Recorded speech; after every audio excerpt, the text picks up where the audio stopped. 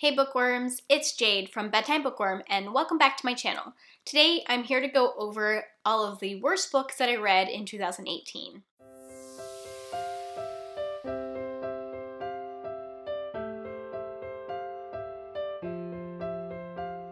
I know I just said I'm going to go over the worst books, but I wanted to put the caveat out there that obviously I don't think that these authors are bad writers or that the books were necessarily badly written. These are just the books that I personally didn't enjoy reading. I just think as a title, worst books sounds a lot better than least liked books.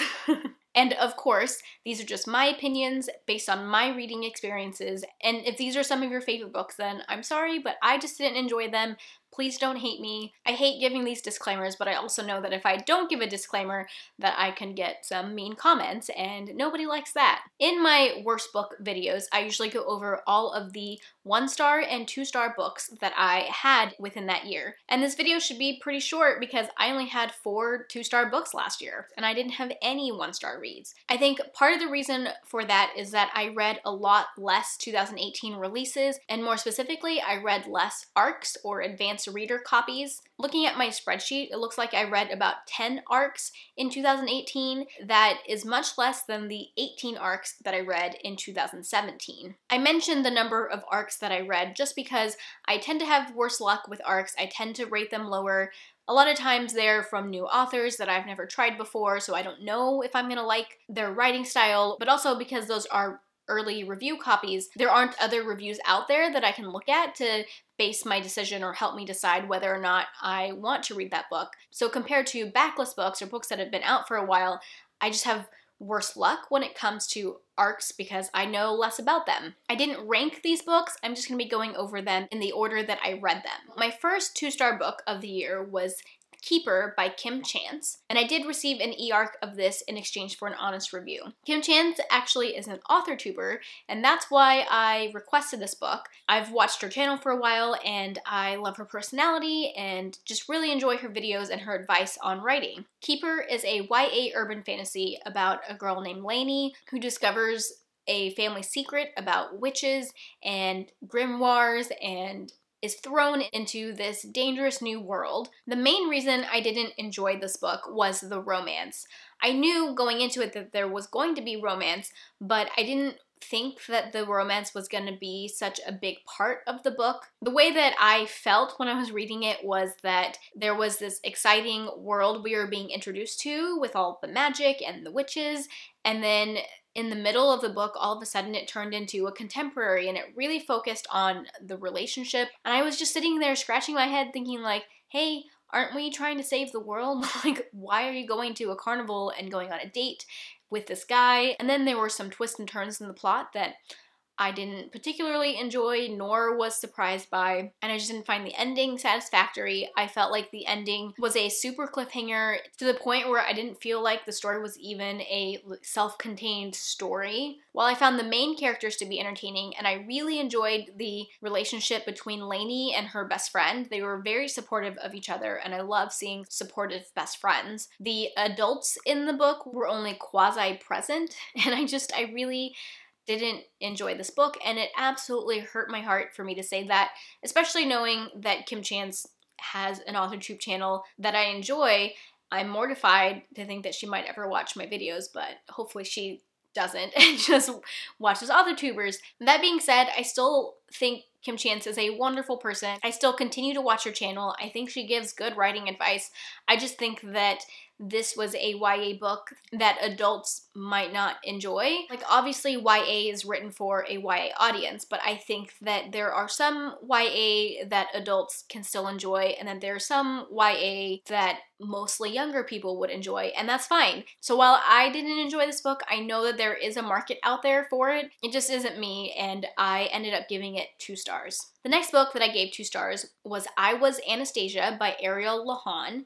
And I actually DNF'd this book, which means I didn't finish it. I'm a little different than a lot of other reviewers and booktubers out there in that I do rate the books that I DNF. This book was an e-arc that I received in exchange for an honest review, and I requested it because it was about Anastasia, and I thought it sounded really interesting. So this book was actually told in 2 different storylines or timelines.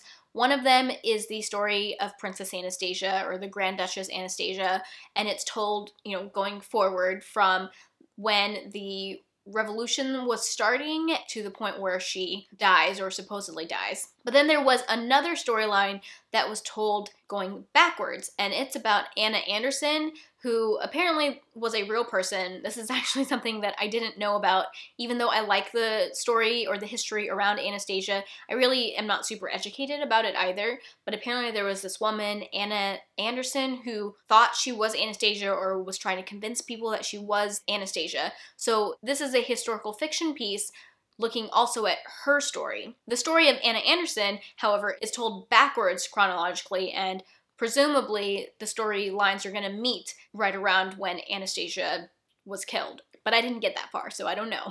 The main reason that I ended up DNFing this book was because Anna Anderson's storyline, because it's told backwards, was very confusing. Not only was it going backwards, but it was interlaced between Anastasia's story, which was going forward, and honestly it was just really confusing.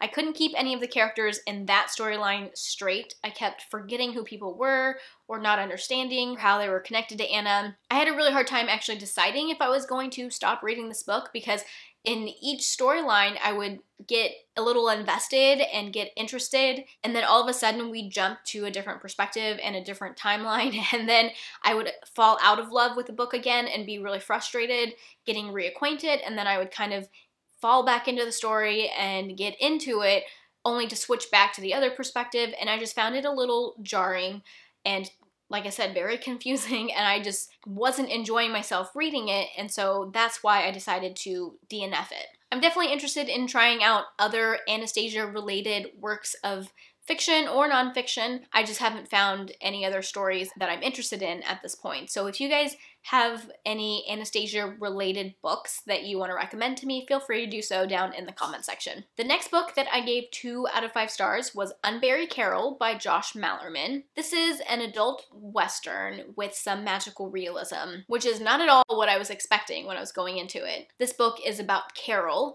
who has this affliction where occasionally she will go into a coma and look like she's dead. She just breathes very slowly, and if you try to feel for a pulse, you won't feel anything. So if you don't know that this happens to her, you would think that she was dead, but she's not. And in the story, Carol's husband is the only other person that knows that she has this thing that happens sometime, and when this happens in the book, her husband decides that he wants to try to take advantage of the situation and tries to get her to be buried before she wakes up from her coma, because he wants to inherit her estate. That sounds like a fascinating plot, and I thought that I was going to love this book, especially considering the fact that I read and loved Bird Box in 2017. That was one of my favorite books of 2017.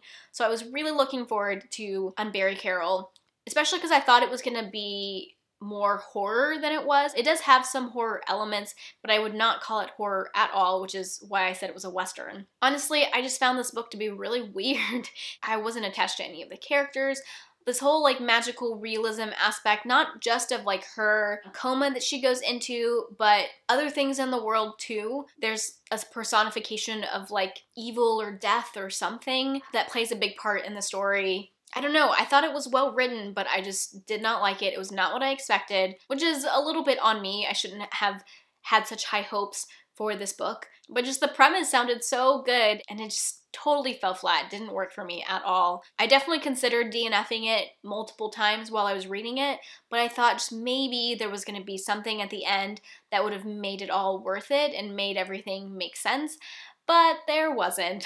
I didn't like the way that it ended. And honestly, I don't think I've seen very many positive reviews of this. I've seen a few, but I've seen more people who agree with me than don't agree with me in my little corner of the book review world. So yeah, this one really didn't work for me, but I'm not giving up on Josh Malerman. I definitely want to read more in the future. I've heard that each of his books are pretty different from each other, so I'm going to try not to have any expectations going into the next one. If you have a favorite Josh Malerman that is not Bird Box, let me know down in the comment section. And then the last 2-star read that I had in 2018 was Seven Eves by Neil Stephenson. This is an adult science fiction book that is very heavy on the science, which honestly I don't mind. I am a scientist. I love science. I love when books do science fiction in a realistic way, but I did find some of this science to be a little on the dry side, to be honest. But that really wasn't the reason why I gave it 2 stars. Well, let me back up a little bit. I read this mostly because it was picked for my work book club. I have a work book club that meets every other month, and this was the book that we had last summer. And we were all excited to read it because it was a science fiction that had to do with genetics. If you don't know, I work for a genetics company. So we were all interested in the genetics part of it,